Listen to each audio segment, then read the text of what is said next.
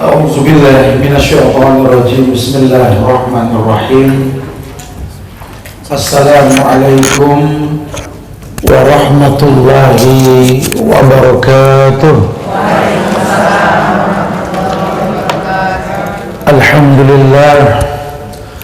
الحمد لله الذي أرسل رسوله بالهدى والدين الحق liyuzhirahu ala dini kulli wa kafa billahi syahida wa ashhadu an la ilaha illallah wahdahu la syarika lah wa ashhadu anna muhammadan abduhu wa rasuluh.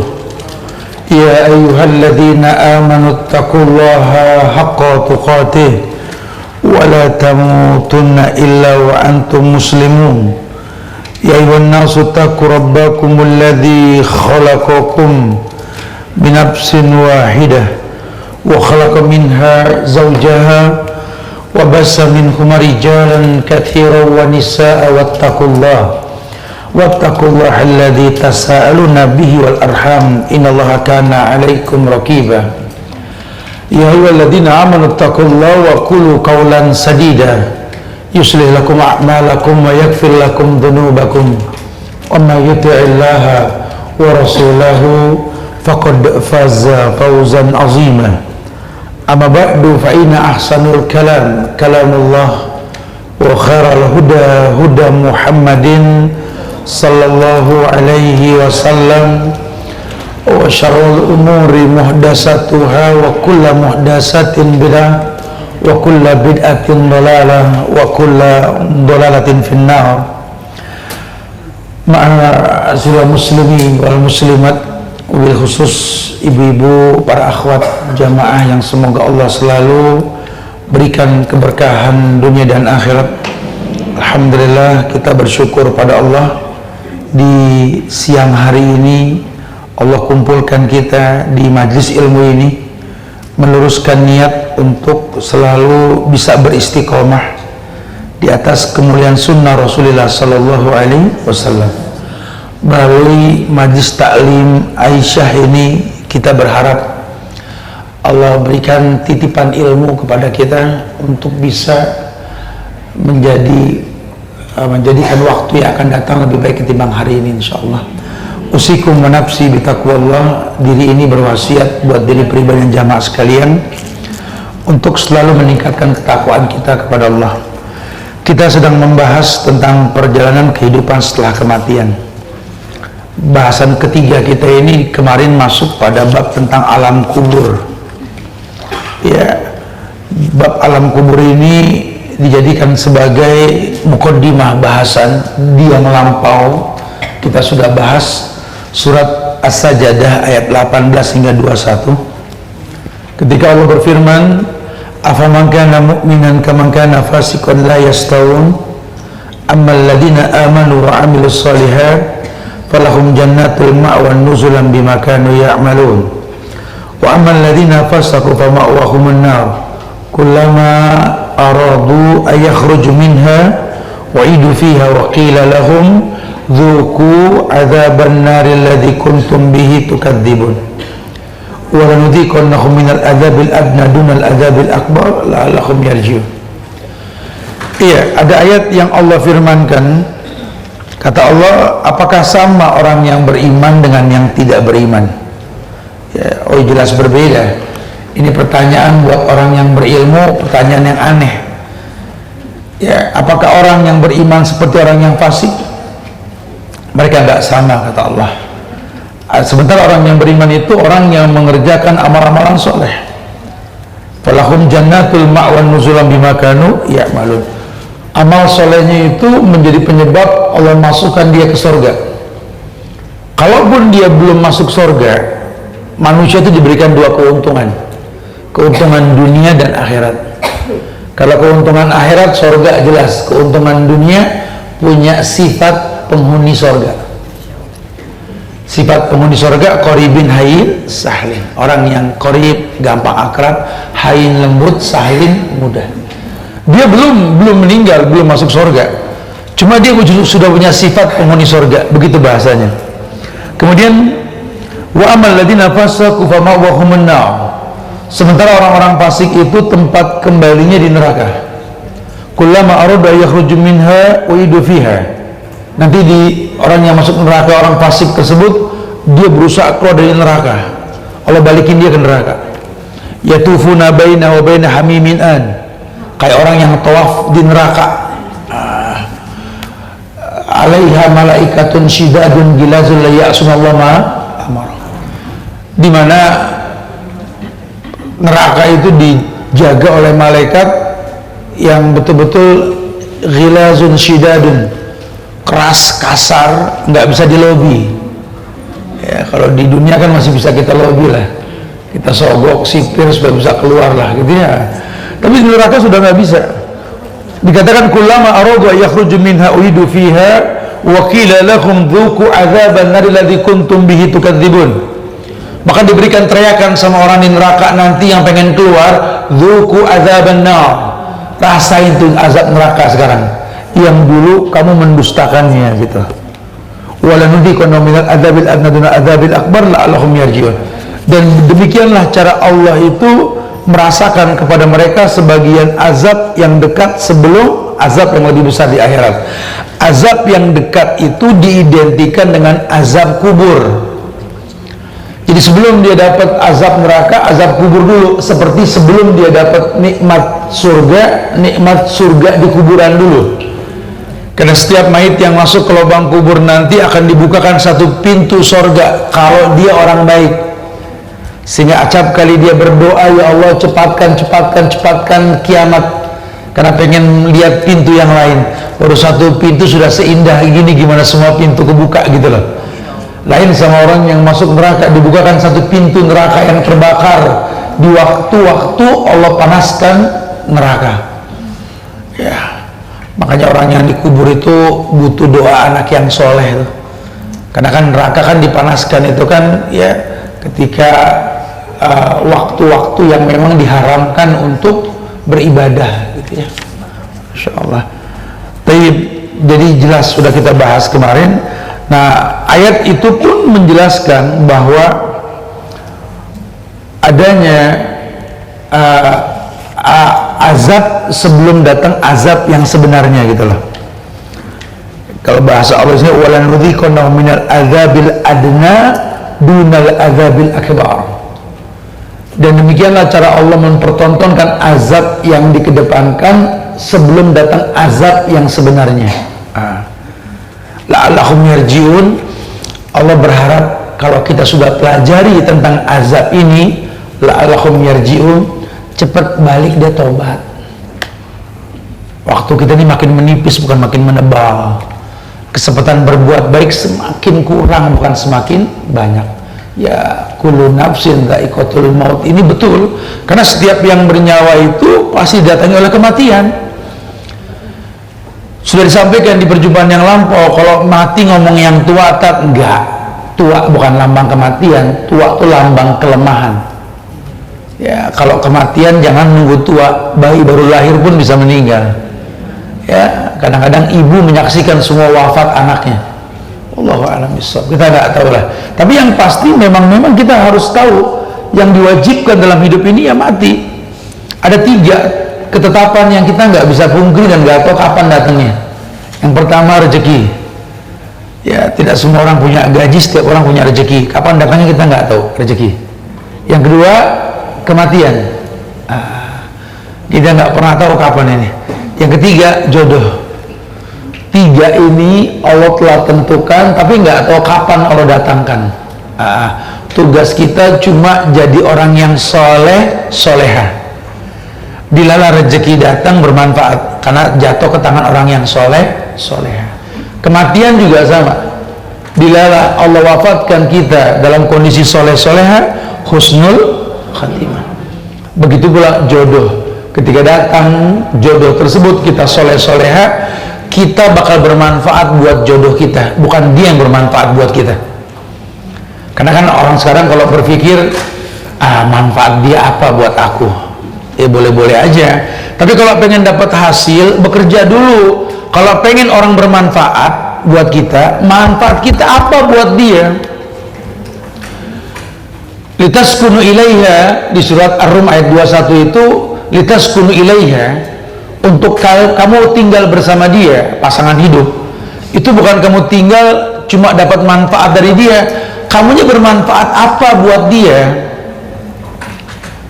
Kamu bermanfaat apa buat dia? Seperti orang laki diperintahkan cari perempuan yang kaya, yang punya nilai. Bukan numpang hidup, berarti kamu nikah sama orang yang punya nilai. Bisa gak kau pertahankan nilainya atau kau muliakan nilainya? Bukan numpang hidup. Perempuan yang punya kekuatan, punya power dunia, menerima lamaran, dia berpikirnya manfaat apa, saya apa buat dia gitu loh. Itu litaskunu ilaiha, ya. Makanya orang disuruh berilmu dalam permasalahan seperti ini. Nah, fitnah kubur yang kita bahas pada perjumpaan kali ini merupakan artinya fitnah kubur itu adalah ujian dalam kubur. Kita nggak pernah tahu kapan Allah wafatkan kita. Cuma yang namanya fitnah kubur ini pasti, ya, dunal adzabil akbar. Karena Allah mengatakan, kata Allah,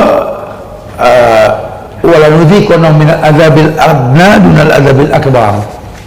Allah pasti mengazab dengan azab yang dikedepankan sebelum azab yang sebenarnya. Itu namanya fitnah kubur. Sementara di kubur itu kita tahu akan banyak pertanyaan nanti. Rasulullah Shallallahu Alaihi Wasallam ini idza faraga minad dafni al-mayyit waqafa alaihi faqala istaghfiru li ahikum wassalu lahu bitasbit fa innahu ana yus'al. Nabi itu setiap ikut nguburin, waktu mayit masuk ke lubang kubur, ya, ditutup dengan papan ari, kemudian mulai tanah diuruk, belum lagi tanah rata menguruk lubang, beliau berbicara di pinggir kubur itu, ayyuhal hadirun istaghfiru li ahikum was'alu lahullah at-tasbit fa innahu ana yus'al. Wahai yang hadir, mintakan ampun buat penghuni kubur ini, kata Rasul, dan mintakan kemantapan hati untuk menjawab pertanyaan kubur. Fa innahul ana yus'al, dia sedang ditanya. Jadi kalau kita masuk ke lubang kubur nanti, itu akan ditanya tentang pertanyaan kubur. Orang suka bilang, Ustadz, kalau kita mati nanti ketemu gak sama yang dulu-dulu, Ustadz, gitu ya, sama saudari kita, sama keluarga. Dia sih pengen barang-barang mulu, nih orang heran ya. Udah dibilang orang kalau meninggal itu merasakan sakit itu sendiri. Maka Nabi bilang, innalil mauti la sakarat, dalam kematian itu ada sekarat. Sakarat itu sakit artinya. Innalil mauti la sakarat. Makanya Nabi ketika ngomong kepada anaknya Fatimah, innalil mauti la sakarat, nangis Fatimah. Kemudian Nabi bilang lagi, la marada ba'da hadzal yaum, enggak ada sakit lagi setelah ini, ya, dan kaulah perempuan yang akan mimpin perempuan soleha di surga nanti. Tersenyum Fatimah.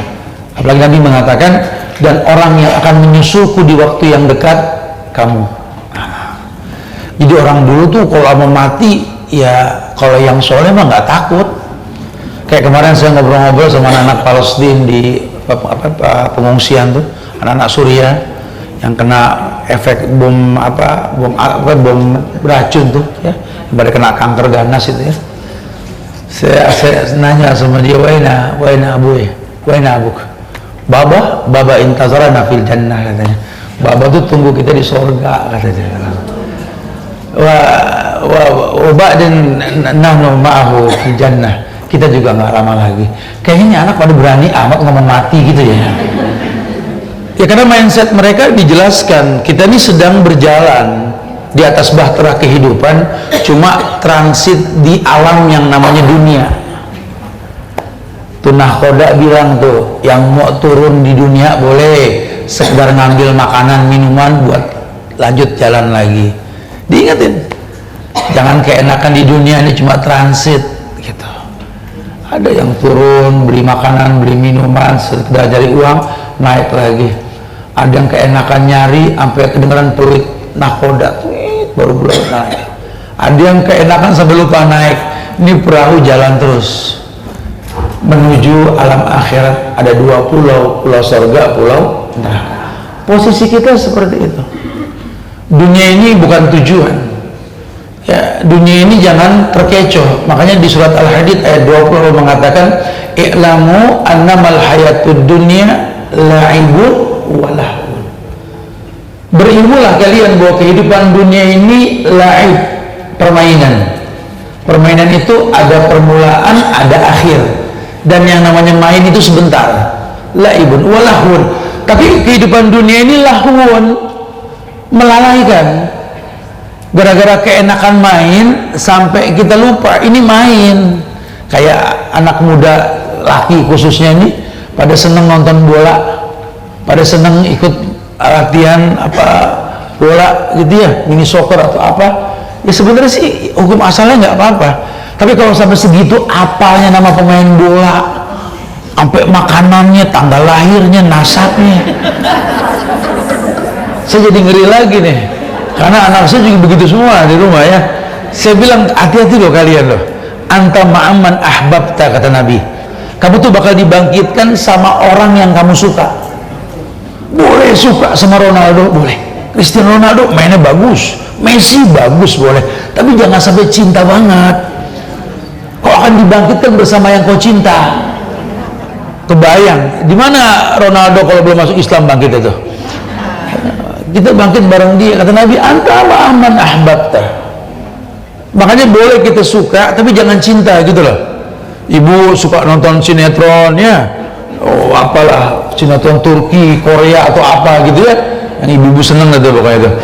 Sekedar suka, hukum asal manusia gampang suka, tapi jangan sampai cinta. Kata Nabi, anta ma'aman ahbabta. Kamu tuh bakal dibangkitkan sama orang yang kamu cinta. Itu yang berat ya.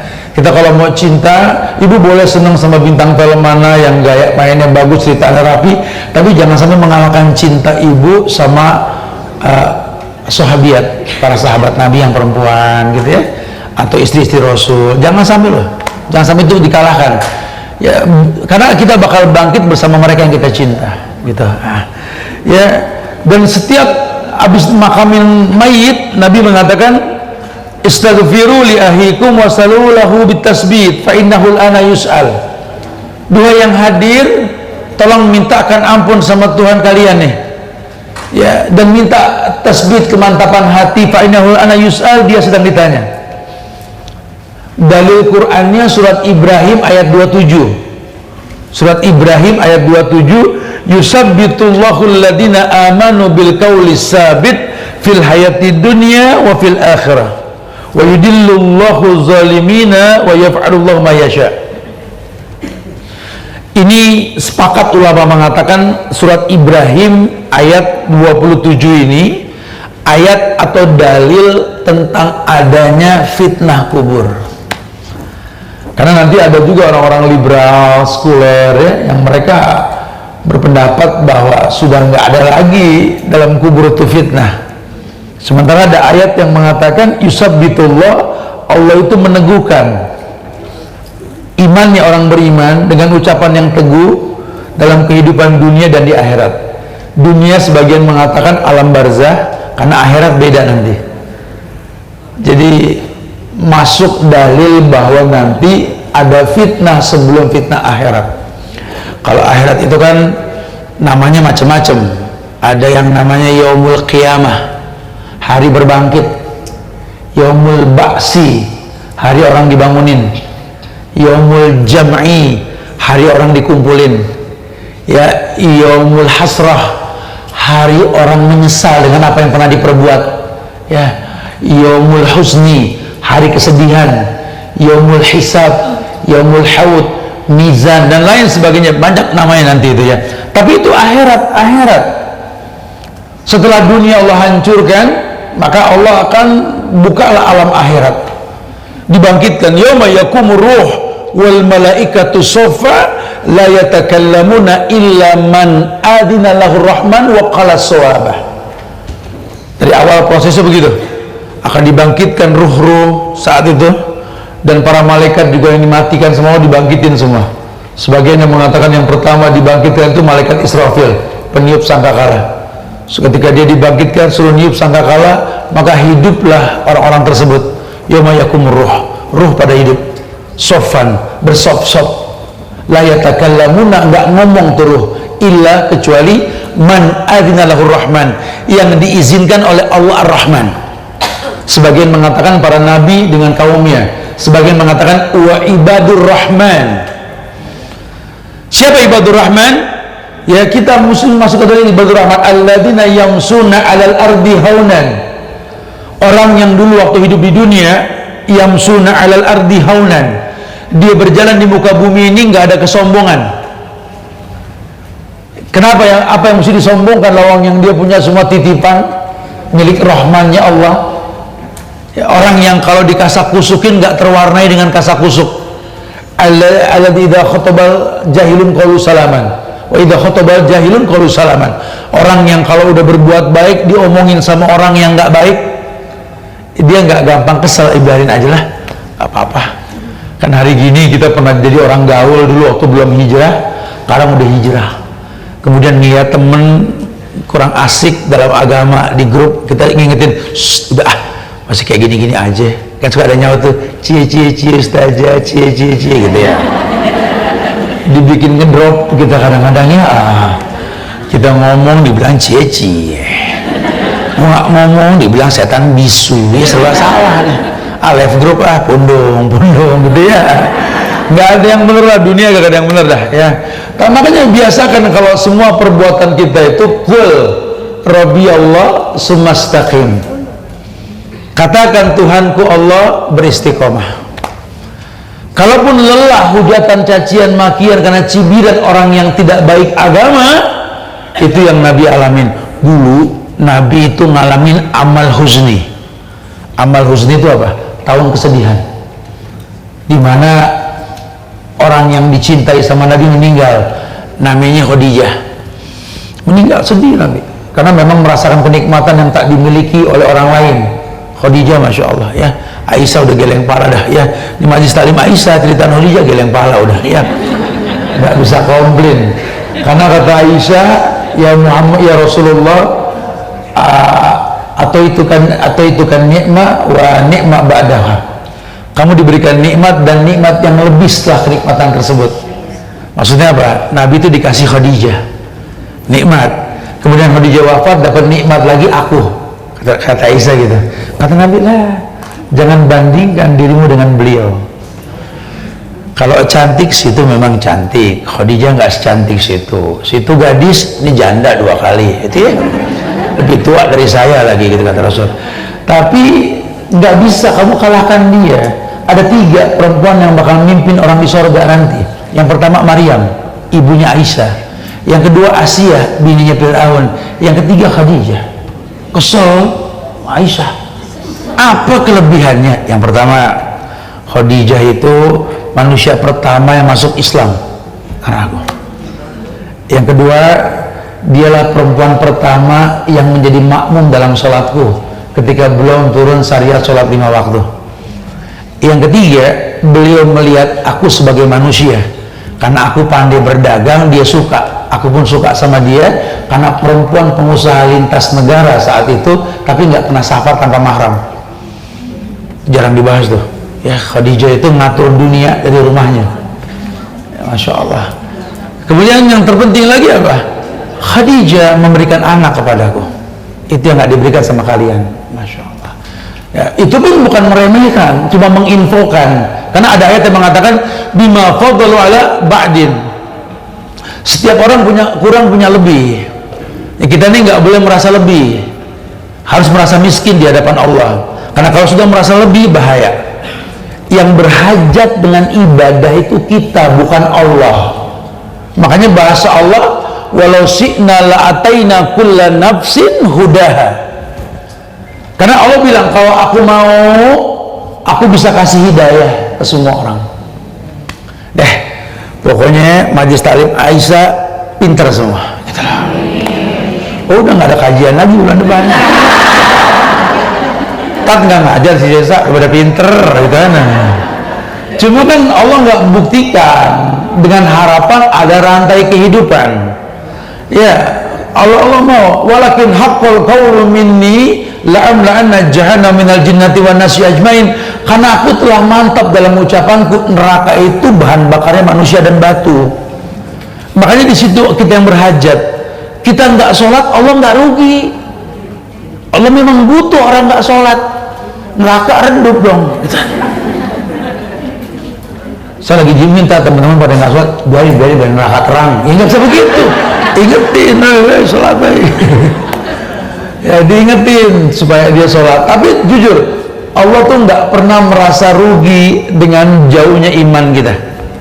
Karena kalau kita beriman, kita yang diuntungin, bukan Allah. Jangan terus bilang, Ustaz, ini tadi Johor, Ustaz, Allah untung banyak, Ustaz. Untung banyak gimana? Musola penuh. Wah. Ya enggak lah, kita yang beruntung masih bisa sholat zuhur. Allah mah nggak butuh, kita butuh Allah. Ya kalau Allah sih, Allah pengen manusia ini dapat kebaikan. Yuridullahu bikumul yusra wa la yuridullahu bikumul usra. Allah tuh pengen yang mudah, yang gampang, kalian yang pengen sulit. Ya sifat manusia itu namanya sorga, semuanya halal kecuali satu, buah khuldi. Dicobain sama si Hawa, kan ngeselin betul. Kalau enggak kan kita masih di sorga, betul. Makanya sering ada pepatah, Bu, itu bukan Adam nggak tahu ya, Adam juga tahu tuh. Adam yang duluan tahu buah khuldi. Adam juga manusia, tiap hari ngelinter di tuh pohon, cuma ngelihat doang. Laki-laki begitu, Bu. Kalau dilarang cuma ngelinter doang, nyoba nggak berani, Bu. Kalau perempuan kelihatan lembut, Bu, yang nafsu perempuan, Bu. Nggak ada laki-laki yang nafsu duluan perempuan, makanya Hawa nafsu, nggak ada Adam nafsu, betul? Jadi akuin aja, akuin.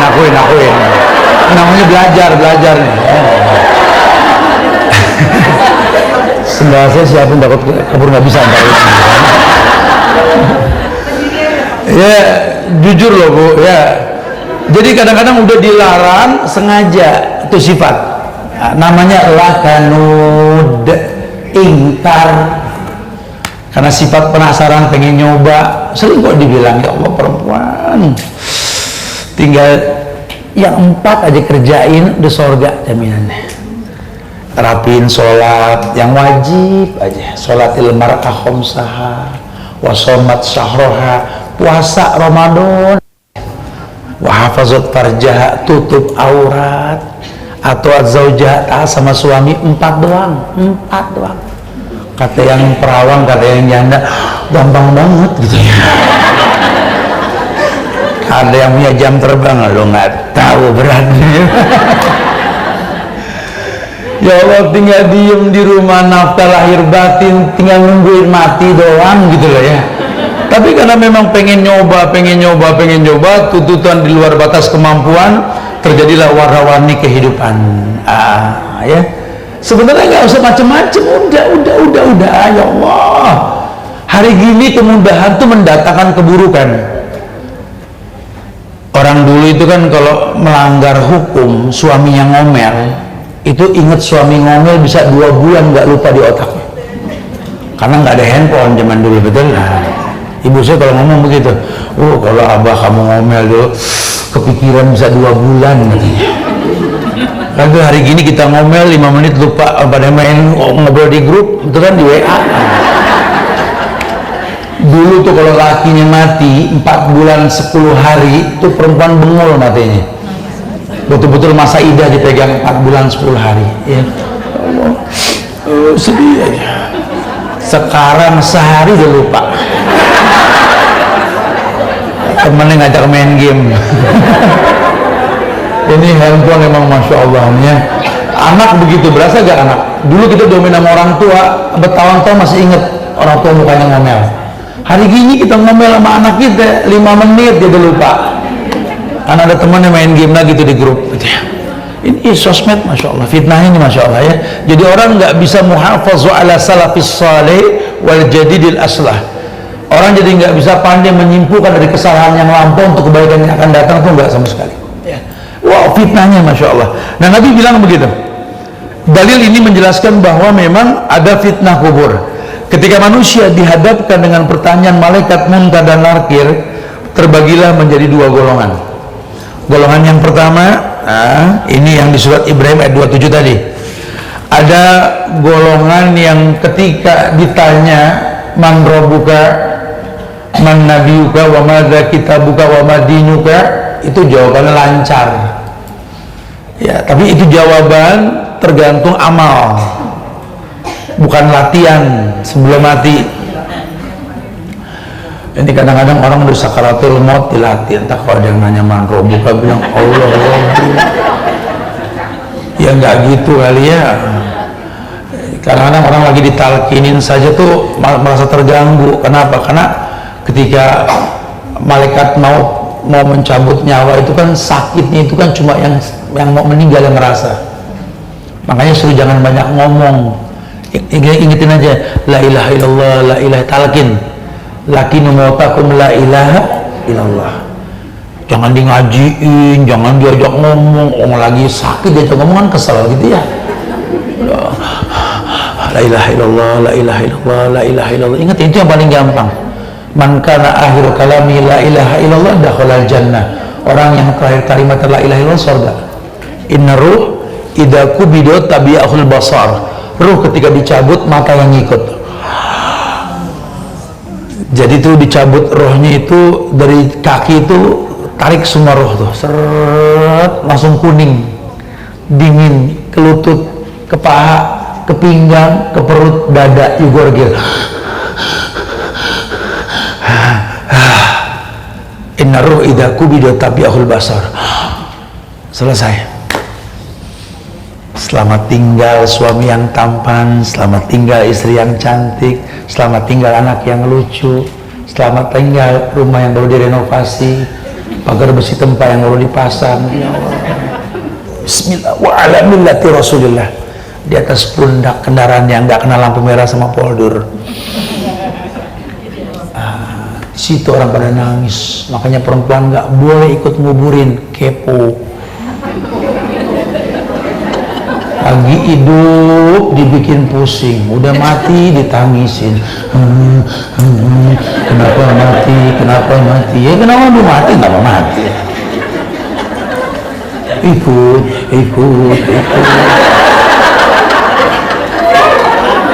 Suruh masuk orang, udah. Kepo ya, males deh. Ya. Lagi hidup disedih, dipusingin, dibebanin, ya Allah. Udah meninggal ditangisin. Ini air mata nggak ngidupin dia. Coba sabarin. Ya, orang laki ini pintu surganya kan orang tua. Jangan terkecoh dengan cantiknya istri, lucunya anak.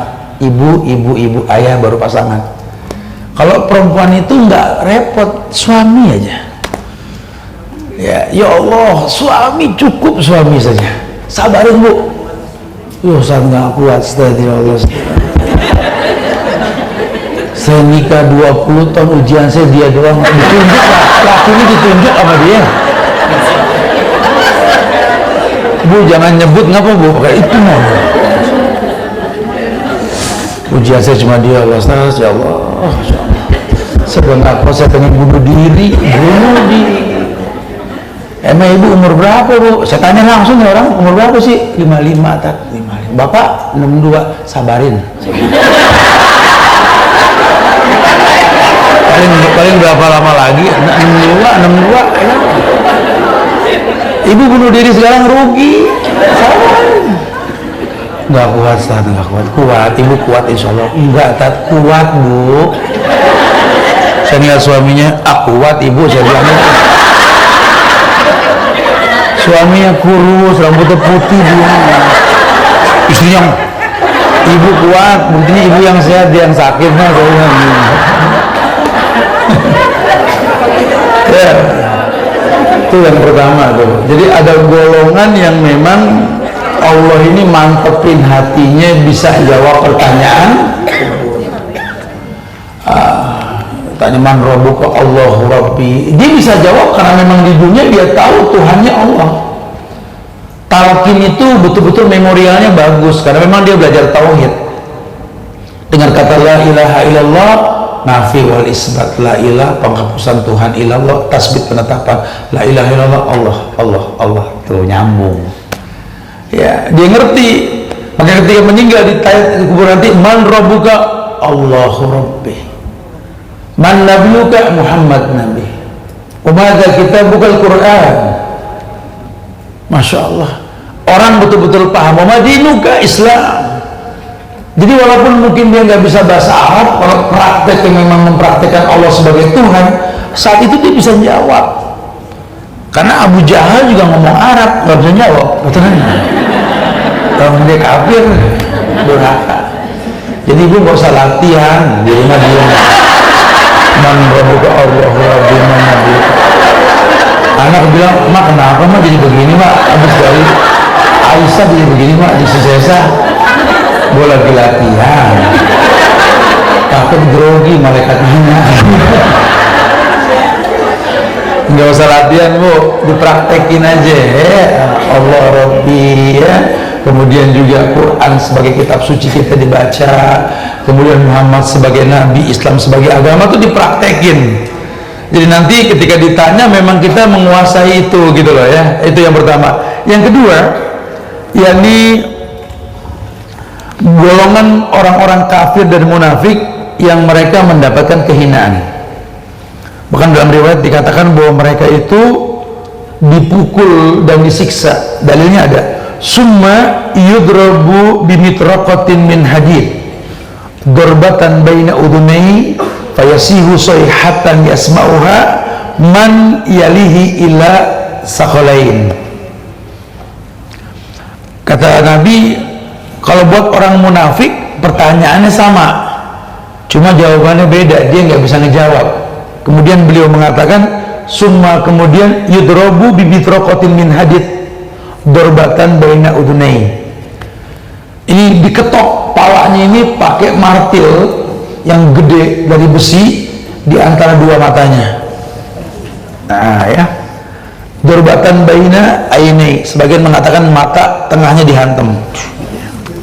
Fayasihu sayhatan, sehingga karena pukulan tersebut menimbulkan jeritan yang melengking. Yasma'uha man yalihi, ya, mendengar semuanya teriakan dia, illa saqalain, kecuali dua makhluk yang nggak mendengar, jin dan manusia. Jadi makanya suka dipraktekin tuh, ada burung beo, burung yang bisa bicara, dibawa ke kuburan, suka teriak-teriak kuburnya. Itu karena mendengar siksa kubur. Kalau kita ini manusia dan jin enggak, karena peruntukan kita beda sama binatang. Wa ma khalaqtul jinna wal insa illa liya'budun. Tidaklah kuciptakan jin dan manusia kecuali untuk beribadah. Makhluk yang terkena beban ibadah itu tidak akan mendengar siksa kubur. Karena kalau dia dengar, waduh, kapok jadi orang nanti deh. Dari situlah disimpulkan pada bab ini, yang pertama kita disuruh untuk berdoa dalam bentuk doa berlindung dari 4 kejelekan. Yang pertama, Nabi bersabda dalam riwayat Imam Muslim, Abu Dawud, Tirmizi, An-Nasir, Ibn Najah, idza tashahhada ahadukum falyasta'id billahi min arba'. Jika engkau selesai dari tasyahud akhir, mintalah perlindungan kepada Allah dari 4 perkara. Yaqul, dikatakan, Allahumma inni a'udzubika min azabi jahannam. Yang pertama, innaka hamidum mazid, langsung Allahumma inni a'udzubika min azabi jahannam. Aku berlindung kepadamu ya Allah dari azab neraka jahannam. Yang kedua, min azabil qabri, dan aku berlindung dari yang namanya azab kubur. Yang ketiga, min fitnatil mahya wal mamat, aku berlindung dari fitnah kehidupan dan kematian, fitnah ketika hidup dan ketika kematian. Dan yang keempat, min syarri fitnatil masihid dajjal, dan berlindung dari fitnah kejelekan godaan dajjal. Dajjal zat, iya, Dajjal tuh, waduh, fitnahnya satu buku tuh. Mudah-mudahan kita nggak ngalamin tuh. Karena memang Dajjal itu kayak akhir ujian manusia. Di situ Nabi bilang, kalau nanti kamu ketemu Dajjal, wahai para laki-laki, tindakan pertamamu selain baca surat Al-Kahfi 10 ayat pertama dan berlindung ketika tasyahud tadi, ikat istrimu di tiang dalam rumahmu, kata Nabi. Kata perempuan, kok kita yang diikat, Om Dajjal yang salah gitu kan. Dijelasin sama ulama, karena fitnah Dajjal ini akan menarik perhatian perempuan.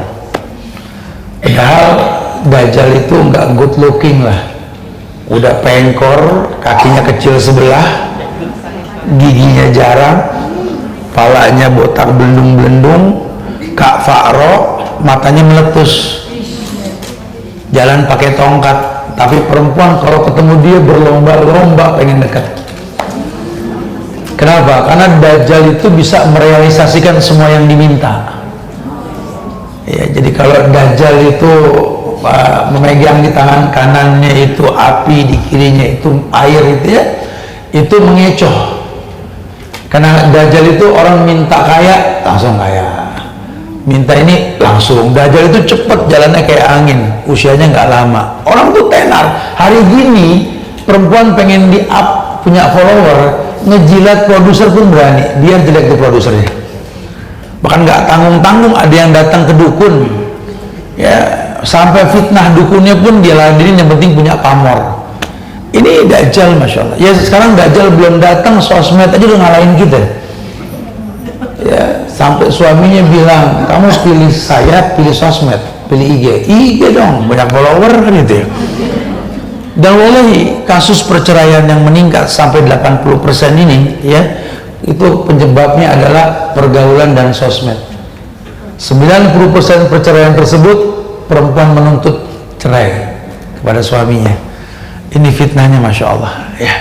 Jadi hati-hati nih, ini Dajjal belum datang nih, yang lebih menjanjikan dunia, yang nggak selevel sama Dajjal saja banyak yang menghalalkan yang diharamkan. Ya, hari gini orang lebih suka bercanda di grup dengan temannya ketimbang bermesraan dengan suaminya. Padahal ngobrol sama pasangan pahalanya besar, ngobrol sama teman berjam-jam nggak ada pahalanya. Tapi seruan ini yang nggak ada pahalanya gitu loh. Aku suruh ngomong sama dia, oh gue banget gitu ya. Lu ngapain kawin sama dia? Iya kan gitu ya. Jadi hari gini tuh begitu kondisinya. Orang senang sekali dengan fitnah dunia. Makanya suruh berlindung dari 4 ini. Dalam tahiyat akhir kita lakukan itu. Dan ditekankan di sini fitnatil mahya wal mamat. Ada permintaan perlindungan dari fitnah kehidupan dan kematian. Ya, ima kehidupan tadi dengan kematian disamakan dengan Ibrahim ayat 27 tadi, yusabbitullahu alladziina amanu bil qauli tsabit fil hayatid dunya wa fil akhirah. Minta sama Allah kemantapan hati untuk bisa menghadapi fitnah dunia dan fitnah kematian. Ya kalau akhirat sudah efek. Ya di dunia ini sampai lubang kubur masih bisa berhenti azab kubur karena doa anak yang soleh. Kalau di padang mahsyar, yauma la yanfa'u malun wala banun, hari yang nggak bermanfaat anak dan harta. Di kubur masih bisa, mama meninggal, ada peninggalannya, bikinin masjid biar ngalir pahala, masih bisa dong ya. Atau mungkin anak berdoa di tempat yang mustajab, rabbighfirli wali walidayya, berhenti azab kubur. Tapi kalau udah padang mahsyar nanti, kita dibangkitin bareng, anak, ibu, nenek, buyut semua bangun dengan usia yang sama 33. Di saat itu kita nggak saling mengenal. Orang sibuk dengan aibnya masing-masing. Ada ayat bilang, afamayamsi mukibban ala wajhihi ahda amayamsi sawiyan ala sirati mustaqim. Di saat itu ada yang dibangkitin jalan ngesot pakai muka, kakinya di atas, palanya di bawah. Sementara di dunia dia jalan pakai kaki bukan pakai pala. Nah, ada yang dibangkitin nahsur yaumal qiyamati a'ma, dibangkitin buta, padahal di dunia dia melek. Ada yang jalan terendam keringat semata kaki, becek. Ada yang selutut, ada yang sampai sepinggang, ada yang sampai kerendam sama keringatnya sendiri. La yauma la zilla illa zillu, hari di mana matahari itu sejengkal, nggak ada perlindungan kecuali perlindungan Allah saat itu. Waduh. Ya itu mah tergantung amal soleh deh saat itu. Ada orang yang, kalau orang laki itu sholat Jumat suka dengar ayat wujuhu yawma idzin khasiyah amilatun nasibah tasla naran hamiyah tusqa min ainin aniyah laisa lahum ta'amun illa min dhari' la yusminu wa la yughni min ju'. Nanti ada orang yang tertunduk malu di hadapan Allah di padang mahsyar nanti.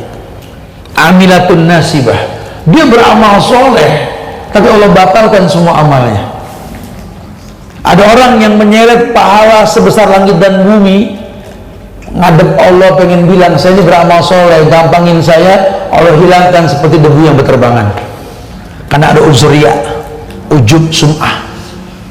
Hari gini kan orang begitu kondisinya, pengen ngupload kebaikan dia, jadi riya, atau sum'ah, pengen orang denger, atau ujub jadi sombong. Ya, gede-gedean korban. Oh sih kalau motong sapi nggak ston, nggak males gitu ya. Masuk sosial media, orang kaya motong sapi ston setengah gitu loh. Ya wajar memang Allah titipin duit lebih. Yang miskin motong kambing, palanya lehernya kayak pulpen kecil di pojokan. Ya buat Allah kalau ikhlas bukan bicara ukuran, bicara kualitas. Karena Allah tuh bicaranya nggak durasi, ya bicaranya kualitas, quality time, bukan durasi time-nya gitu loh ya. Bahasa Allah begitu. Jangan jadi sombong ya, kamu bisa berbuat baik karena rahmat Allah. Hidup ini bukan masalah kaya atau miskin, sakit atau sembuh, bukan, sabar atau syukur. Sekarang kamu jadi orang kaya bisa gak bersyukur? Karena kaya juga mati. Rumah kita boleh beda, komplek kita nggak sama, NJOP-nya pun beda-beda, lubang kuburnya sama. Apa yang mau dibedain? Sekarang kita punya beda, mobil motor kita beda, mau bilang apa? Memang kita berbeda rezeki dari Allah kan? Tapi nanti kurung batangnya sama. Oh enggak, temenannya tuh orang kaya kan? Kurung batangnya pakai remote aja. Yang mana lu? Kurung batang pakai remote. Dia di kuburnya di pemakaman mewah di Kerawang, Ustaz.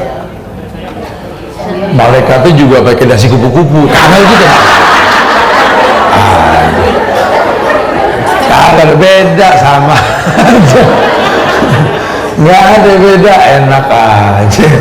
Ya, itu mah dunia, kita boleh berbeda di dunia. Ya, qad ja'alallahu likulli syai'in qadran. Semua sudah punya miqdar. Emang begitu cara Allah. Allah bikin dia orang miskin karena itu yang terbaik. Allah bikin dia kaya, itu yang terbaik. Di mata Allah sama. Yang penting tuh yang miskin tadi bisa gak sabar. Yang penting yang kaya itu bisa syukur gak? Karena pintu surganya dibedain, satu karena syukur, satu karena miskin. Sabar dan syukur beda itu ya. Jadi Allah cuma pengen begitu, ukurannya ibadah. Makanya kan Nabi mengatakan innal miskin habibi, miskin itu kekasihku, wa huwa qasdu, dan Nabi itu sederhana, kayak nggak mentereng, miskin nggak kelihatan. Nabi tuh karena ukurannya ibadah. Disitulah Aisyah punya alasan bilang baiti jannati, rumahku sorgaku. Ya Allah, kalau situ jadi Aisyah berat ya, pengen kayak Aisyah berat. Udah cantik, nikah sama orang tua, tinggal di gubuk, buru-buru marmer granit. Ya Allah subhanallah, pasir dipadetin. Di hari ketiga Nabi wafat, cuma segenggam gandum di dapurnya. 3 kali purnama Urwah datang, ponakan dari Asma atau Urwah bin Zubair, bilang sama Aisyah, aku tidak melihat ada lampu menyala di dapurmu, nggak ada yang dimasak. Kata Aisyah, tidak semua makanan dimasak, korma matang di pohon bukan di kompor. Ya susu pun halij pun tinggal diperah. betapa hidup ini mudah, yang penting tidak terlambat ibadah. Lihat Aisyah, subhanallah, gak gampang jadi Aisyah ya, berat, tapi itulah kenyataannya, bahwa Allah berikan kemuliaan pada beliau dengan kemuliaan yang banyak. Di situ beliau bilang, rumahku surgaku. Kenapa? Karena di rumah tersebut dia merasa mudah ibadah. Satu, memang dia dekat sama Rasul, Mambaul Ulum, sentral ilmu. Kedua, itu rumah bikin dia betah, karena perkataan Aisyah di hari tuanya itu waktu dia mau meninggal, andai tidak ada yang mengenal diriku, andai aku cuma debu di tengah gurun Sahara yang tertiup angin hilang, pengen gak ada orang yang kenal dia. Dia gak butuh foto Aisyah, Masya Allah. Dan dia merasa nyaman. Hidup ini yang penting bisa mencunggu Tuhan, bisa beribadah kepada Allah. Karena kita cuma transit di dunia, dan transit itu nggak lama untuk sekedar berbekal berjumpa dengan alam berikutnya. Maka mereka nggak pernah terkecoh dengan fitnah dunia yang Allah katakan di Al-Hadid 20 tadi. Ya'lamu annamal hayatud dunya laibun wa lahwun. Ketahuilah dengan ilmu, hidup di dunia ini laib, permainan, lahun, melalaikan. Mereka nggak terlalaikan dengan fitnah dunia. Yang kaya dengan aktivitas keuangannya, nggak terlambat dia sholat. Si miskin pun tidak niyaha, tidak meratap berkepanjangan sampai malas ibadah. Nggak. Karena nanti banyak orang yang niyaha, berkeluh kesah. Jadi annana, perempuan yang jangan dinikahi tuh, annana, yang dikit-dikit ngeluh, nggak boleh ngeliat temennya datang ngambil napas. Sampai temennya bilang, lu kenapa tiap-tiap muka gue ngambil napas, kenapa? Sampai kayak berenang kupu-kupu kayak. Tahu dia, ya Allah. Itu jangan cari orang yang berkeluh kesah. Bu, perempuan bu disuruh jadi orang kaya supaya punya harga. Pilih perempuan yang kaya yang punya nilai, bukan numpang hidup. Biar perempuan dicintai karena ada bukti, gitu loh. Layak dicintai lah, bukan dikasihani. Jangan pengen dikasihani laki-laki bu, jangan sampai bucin bu, hina. Aku dicapai, hargai aku, hargai aku. Kamu gak kasihan sama aku? Iya. Jadi orang yang berharga, orang akan hargai kita. Karena di dalam Islam ini kalau pengen mengambil manfaat, jadilah orang yang bermanfaat gitu loh. Kayak sekarang ibu kita memetik hasil dari anak-anaknya, karena dulu dia juga memberikan manfaat, nggak pamrih, nggak langsung minta manfaat. Dalam hidup ini kalau pengen bermanfaat, berikan manfaat. Kalau pengen makan ikan, mancing, kasih umpan dulu. Makin besar umpan, makin gede yang kau dapat. Anfik, unfik alik. Infakkan oleh infakkan kamu. Masya Allah. Ya, jadi orang yang punya harga, yang mungkin belum menikah atau yang sudah menikah ya, tolong punya harga. Jadi nanti yang mengikat kamu tuh tahu kamu tuh berlian yang mesti diikat dengan logam yang berharga. Kamu tuh mutiara yang mesti dimuliakan gitu lah. Karena kalau kamu nggak ada harganya nanti dipaksa diikat. Tolong dong hargai aku, beling dipakai emas ya nggak bagus. Ada pakai tembaga ikatannya. Ya, Islam tuh betul-betul memuliakan perempuan. Perempuan mesti punya harga. Jangan pengen dikesianin. Jangan modal belaga nangis, belaga sakit, belaga ini, tolong hargai. Jangan. Perempuan dimuliakan karena 4 hal. Karena talent, harta dan nilainya. Yang kedua, karena nasabnya. Kalau nasabnya kurang bagus, mulai nasab dari diri kamu. Fazfar bidati din taribat jadak, mulai di agama. Baru ketiga, cantik, rapi, bersih. Perempuan itu mir'ah, kaca tempat orang nengok. Kuasai agama, baru punya harga gitu lah. Ya. Jadi bukan karena dikesanin. Dan semua istri Nabi itu kalau kita buka sejarahnya, itu anak kepala suku, semuanya orang kaya. Gak ada Nabi kawin sama orang miskin, gak ada. Saudah setelah Nabi wafat, Khadijah itu nikah sama Saudah. Saudah itu perempuan di daerah Ruha. Saya pernah pakai motor touring sampai ke Ruha tuh ya. Di perbatasan antara Mekah Madinah, ada Badar, ada kampung Ruha, ada sumur tuh ya. Rata-rata di Ruha itu perempuan pintar masak. Cuma nggak terkenal cantik, orangnya nggak tinggi, agak gemuk. Saudah gitu. Makanya Aisyah kalau ngeledekin Saudah kan, kata Nabi, kau buang ludahmu ke laut, merah itu laut. Itulah. Jangan bicara fisik. Nabi menikah dengan perempuan dari pertama nggak bicara fisik. Ya, Khadijah sudah tua 15 tahun, ya kan? Nggak secantik Aisyah. Meninggal Khadijah, nikah sama Saudah. Saudah juga nggak cantik, cuma pintar masak, pintar ngargain suami, gitu ya. Sampai ketika Nabi nikah sama Aisyah, Saudah datang merajuk. Ini bisa dilupain, dapat perempuan gadis cantik lagi kan? Kata Saudah, ambil jatahku untuknya. Sampai-sampai kalau Nabi lagi di Aisyah, Saudah tahu Aisyah gak pinter masak, kurus laki gue urusannya gitu lah. Dibawain sop, Aisyah ngambek, ditampar tuh mangkok sop. Nah, jangan dicontoh ya. Kampur rumah main tampar aja, gue nampar, gue Aisyah, begitu bahasanya. Ini kita suka nyontohnya enggak kadang-kadang ya. Aisyah dicontohnya kalau ngambeknya doang, jangan ya. Hafalan Qurannya itu dicontoh, hafalan hadisnya dicontoh tuh Aisyah ya. Iya, artinya orang-orang mulia. Nabi nikah dengan Ummu Salamah, perempuan paling pinter di sukunya. Nikah dengan Zainab, mantan istrinya Zaid bin Haris, anak angkatnya, perempuan tercantik dan terkaya di sukunya. Sampai yang terakhir Maryam Kibti, orang Yahudi, anak kepala suku, nggak ada yang kaleng-kaleng. Dan mereka tuh punya izah. Nabi menggilir waktu tuh nggak dikomplain karena masing-masing punya kesibukan. Ya, nggak terlalu nyandar sama laki. Dia nikah dengan tujuan. Kalau hari ini kan mindset kita kalau berumah tangga kan yuridul afaf, yang penting nggak zina. Bahasanya begitu kan? Innalillah. Bisa nggak dengan dia kamu ketuk pintu surga? Itu penting. Kalau cuma buat gerandang-gerendeng, kelihatan romantis, makan bareng, jalan bareng, tapi subuh bareng duha, kesiangan mulu, indah apanya? Oh dia sih pasangan, itu pasangan cocok, udah gak ada yang ngalahin deh keromantisan mereka. Cuma gitu Ustaz, subuh jarang pada sholat. Ya, suaminya baik banget, sama istri masya Allah, cuma nggak demen Quran. Ya, hati-hati nih orang suka terkecoh. Lahun dunia tuh gitu. Jadi keenakan ngomong berdua tapi lupa tujuan hidup untuk agama. Walal akhiratu khairul laka minal, akhirat lebih mulia ketimbang dunia. Ya, di surat Al-Anbiya ayat 35 Allah berfirman, wa nabluukum bisyarri wal khair fitnatan wa ilaina turja'un.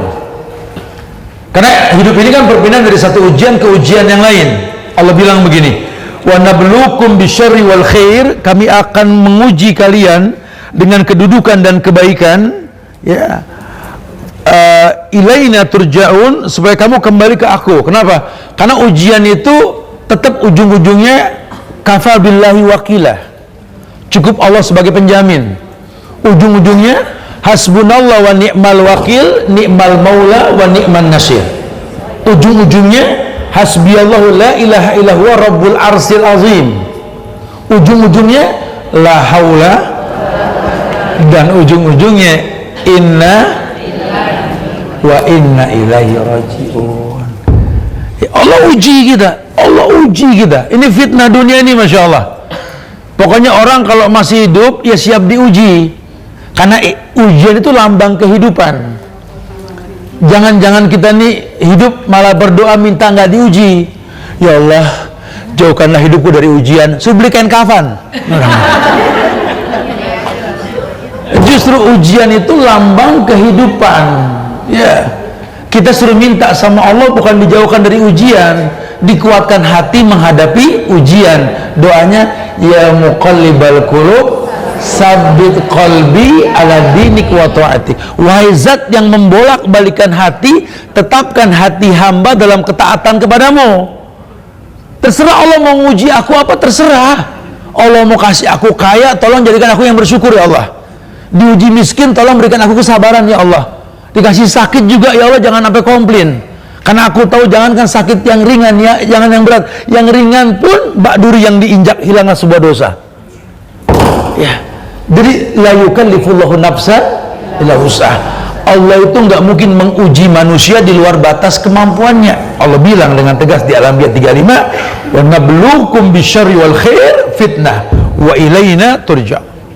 dan kami jadikan keburukan kebaikan sebagai cobaan.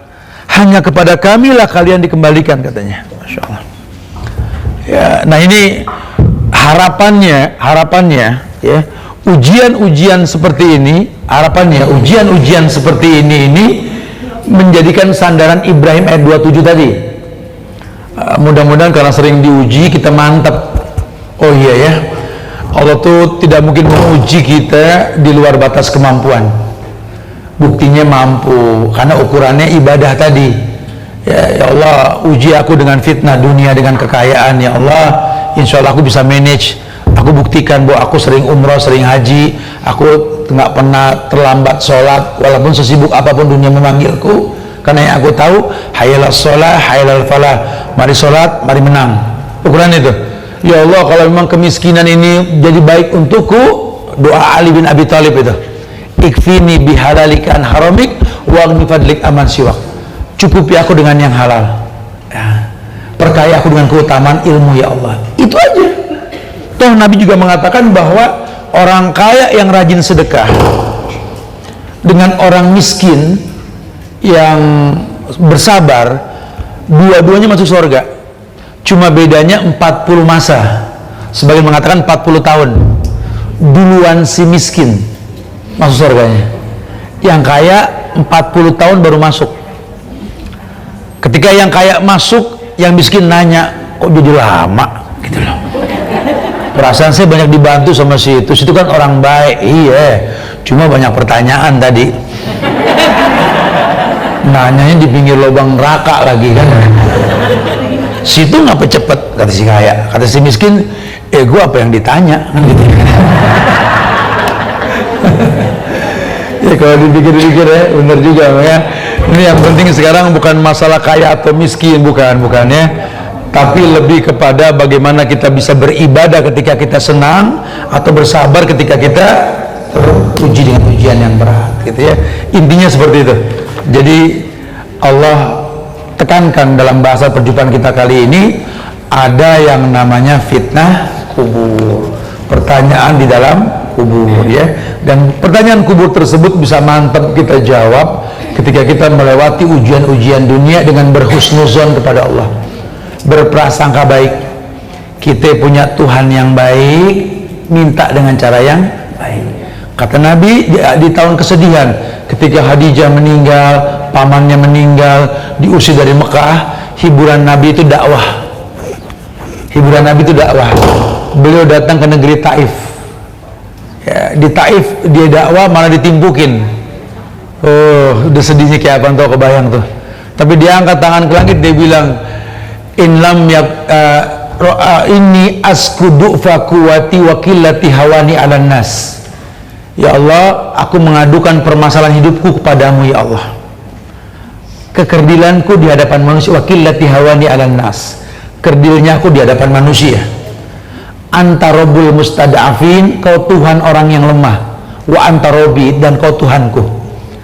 In lam yakun bika alaya ghadabun fala ubali. Terserahlah, semua orang benci aku, terserah ya Allah.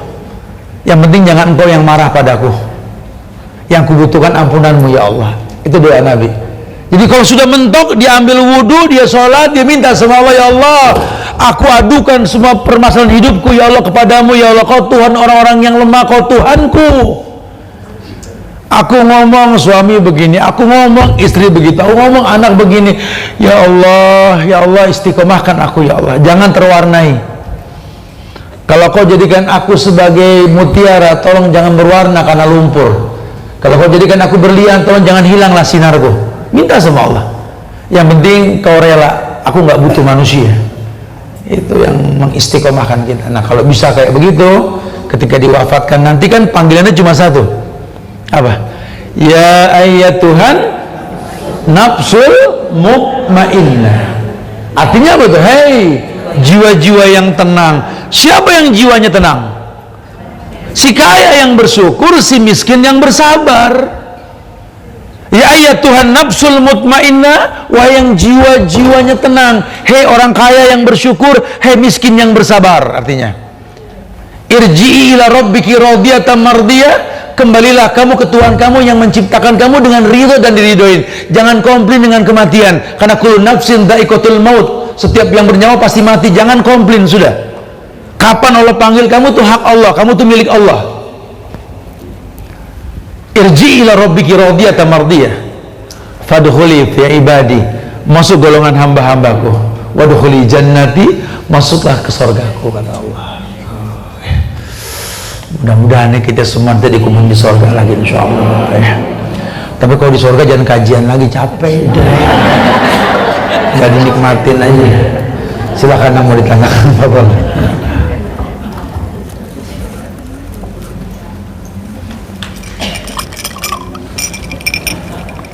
Assalamualaikum warahmatullahi wabarakatuh, Pak Ustadz. Ceramah dan nasihat yang disampaikan kepada Pak Ustadz dan keluarga serta jemaah yang hadir dan keluarga selalu dalam rahmat berkah dan ridho Allah. Amin, amin. Ini kita sudah memulai mengenai kita dulu apa aja yang kita harus lakukan. Sebelumnya ini kita biasanya kita ada pulang kebetulan Pak Ustadz akan mau ke Palestina. Jadi saya boleh ya Ustadz untuk donasi sebab pada saat acara ini siapa yang mau donasi? Oh iya. Sekedar menginfokan aja kali ya. Mungkin target saya sih Desember nanti, insya Allah ya, paling lambat saya balik lagi ke sana untuk membuat menancapkan pipa air bersih buat mereka karena musim dingin. Kesian mereka musim dingin ini betul-betul susah ya. Kalau musim panas masih bisa jalan, mereka kuat dengan panas. Kalau dingin mereka nggak bisa. Mereka butuh, kemarin kalau memungkinkan kita tancapkan pipa air bersih, maka lagi dikumpulkan. Seadanya dana itu kita akan berangkat nanti, insya Allah ya. Yang mau nimbrung silakan, atau yang mau mendoakan pun nggak ada masalah, semua mendoakan insya Allah ya. Barakallahu fiik. Ya, nanti kita akan donasi. Teman-teman yang mau saat ini juga boleh menghubungi kita, atau mau cash boleh, atau mau kirim boleh sampai pada hari ini mau partisipasi untuk amal ibadah kita kelak di akhirat nanti dan membantu saudara kita di Palestina. Untuk saudara kita yang lain ada yang bertanya, silakan.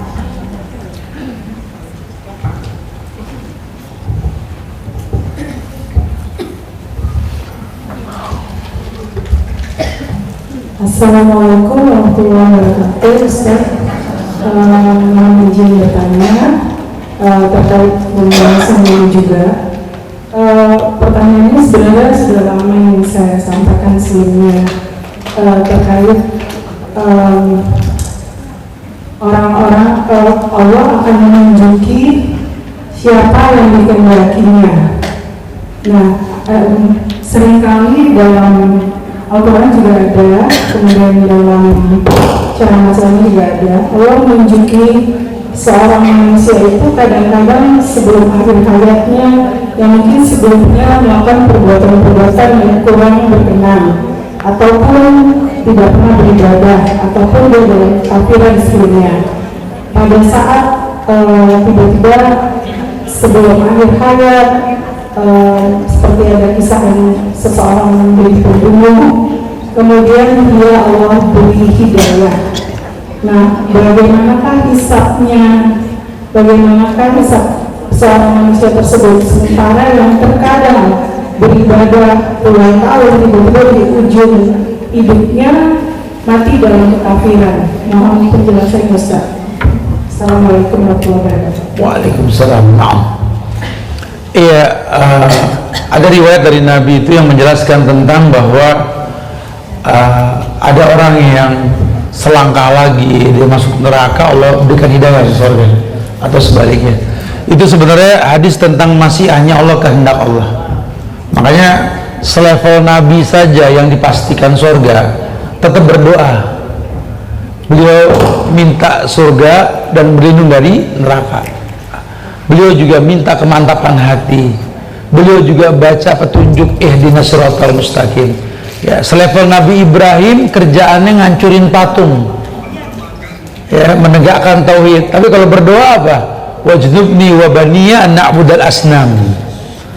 Ya, dia minta sama Allah malah jauhkan diriku dan anak-anakku dari nyembah patung. Kerjaannya ngancurin patung. Itu semua sebenarnya menjelaskan tentang masyiahnya Allah, kehendak Allah. Makanya kita jangan pernah merasa baik. Ya, jadilah orang yang berusaha baik, sehingga akan selalu memohon kepada Allah yang terbaik gitu. Dan dalam doa itu Nabi bilang, innallaha yuhibbul mulihina fid du'a. Salah satu cara doa yang Allah paling suka tuh mulihin, diulang-ulang. Ya, jadi tentu kita minta sama Allah segala yang baik, walaupun kita sudah merasakan kebaikan. Kita punya anak udah baik, tetap doain Robbi habli minas sholihin, karena kita nggak tahu nih anak mungkin nanti kenal sama temennya, kemudian gimana kita nggak tahu ya. Allahu a'lam. Nah, ada lagi? Assalamualaikum Ustaz. Waalaikumsalam. Ustaz, seringkali kita dengar ada misalnya orang meninggal di hari Jumat dianggapnya sudah pasti husnul khotimah. Padahal beberapa misalnya yang meninggal itu kita kenal dekat dan misalnya waktunya kita tahu kurang baik gitu. Tapi apakah hal ini benar Ustaz? Di hari Jumat itu dianggap husnul khotimah dan bebas tidur. Taib, na'am. Memang informasi Nabi itu ada beberapa bentuk orang yang dimuliakan dengan kematian. Ya, salah satunya meninggal pada hari Jumat atau malam Jumat ya. Tapi itu merupakan rahmat buat orang yang baik. Jadi kalau orang yang baik punya poin lebih tuh, udah baik, soleh-soleha, meninggalnya Jumat lagi, gitu loh bahasanya. Ya, buat orang yang nggak soleh-soleha meninggal hari apa juga nggak baik, gitu ya. Ya.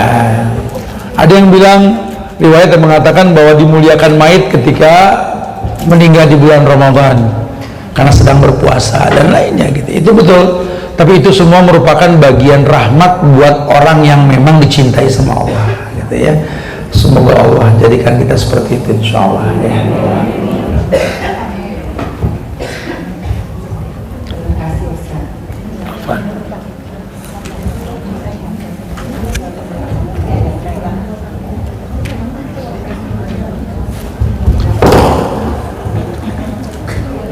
Assalamualaikum warahmatullahi wabarakatuh Ustaz. Waalaikumsalam warahmatullahi. Bagaimana Ustaz caranya kita mewasiatkan kepada suami atau anak ketika tiba saatnya kita minta untuk dimandikan dan dikafan dan dikuburkan secara sunnah.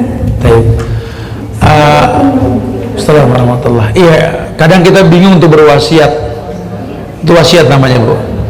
Dalam hadis Nabi dikatakan kalau kita sakit parah lebih dari 3 hari berwasiatlah. Ini susah kita praktekin sini. Ya, saya kadang-kadang kalau saya tanya sama teman, ya Allah berapa hari sakit nih? Ini masuk hari ketiga, Ustaz. Wasiat katanya. Padahal memang sunahnya berwasiat. Ya, wasiat itu kalau nanti mungkin nggak ada umur dipanggil sama Allah, ya kullu nafsin dha'iqatul maut. Mau bilang apa? Kan pasti yang hidup pasti mati.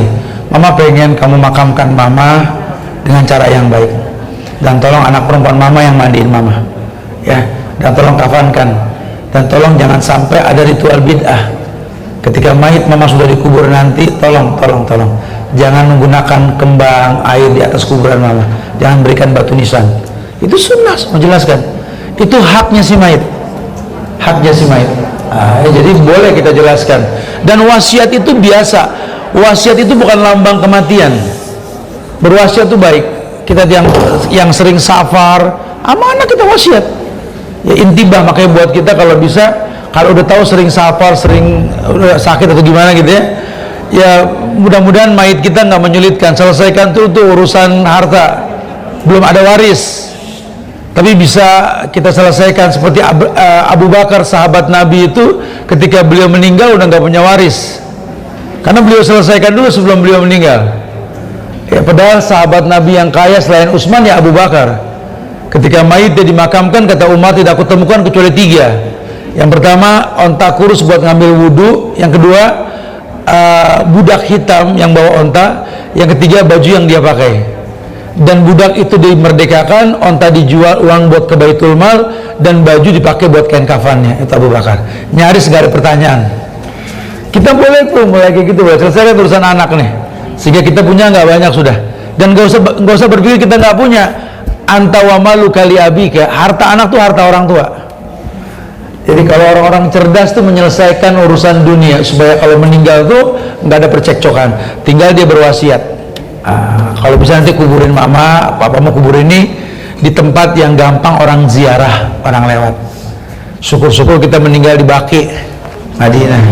Syukur-syukur kita meninggal di Ma'la, Mekah. Ya, sering diziarahi sama orang, karena kita butuh salam orang merontokkan dosa kita. Ya.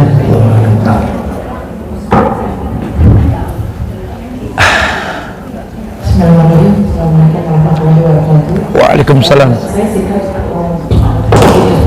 kalau kita berdoa kan ada yang misalnya seperti anak soleh, anak soleh gitu.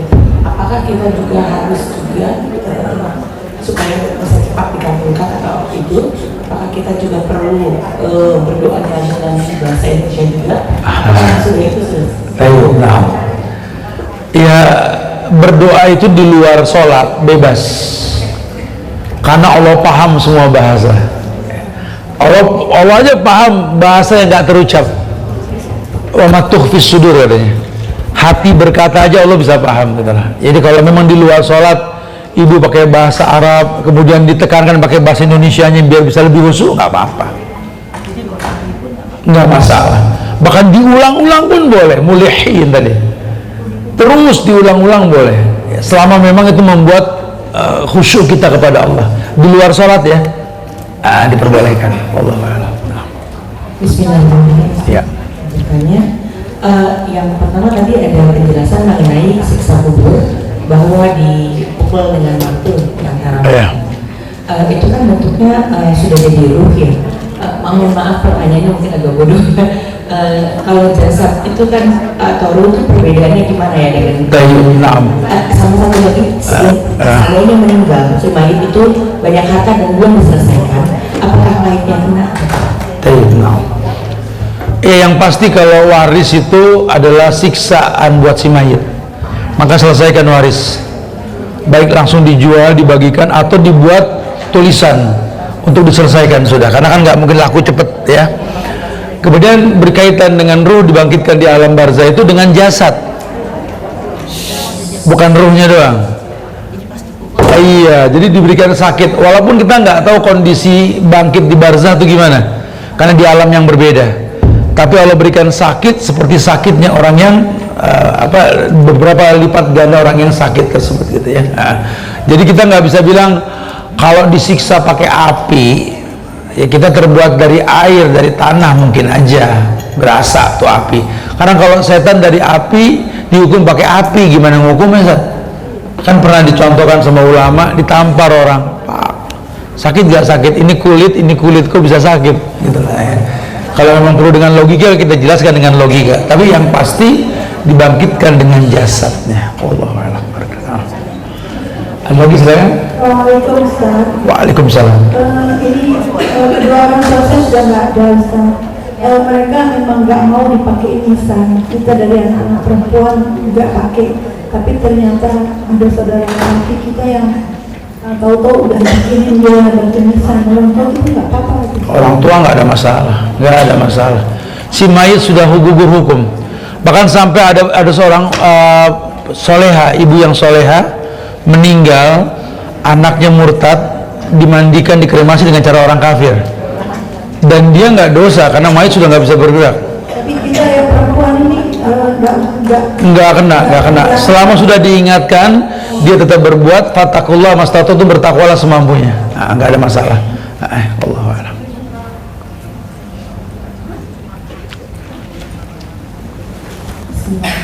Ustaz, apa yang bertanya? Ya. Ustaz, kalau orang tua sudah terus sudah ada makam itu, jadi apakah sudah ada batu nisannya, itu sebaiknya diangkat saja atau bagaimana? Ya, sebenarnya disiasati dengan batu biasa aja. Kan yang nggak boleh itu kan di semen, di keramik, atau diberikan nama. Yang nggak boleh sebenarnya, karena ada dalil penjelasan tidak diperbolehkan. Jadi cukup berikan batu nisan aja. Kalau batunya satu itu melambangkan laki-laki, kalau dua tuh perempuan, kalau dua tuh laki-laki. Biasanya begitu kalau disimbolkan. Atau satu dua nggak ada masalah, yang penting orang tahu itu kuburan. Kalau misalnya ditambahkan nanti diubah aja. Iya, cukup dibentuk aja, kasih rumput, kasih batu biasa aja. Ya Allah. Karena menyemen kuburan, memberikan nama, itu bukan dari Islam. Itu tradisi orang-orang Kristen, orang-orang Yahudi. Nah, orang Islam nggak boleh sama dengan mereka. Allahu Akbar.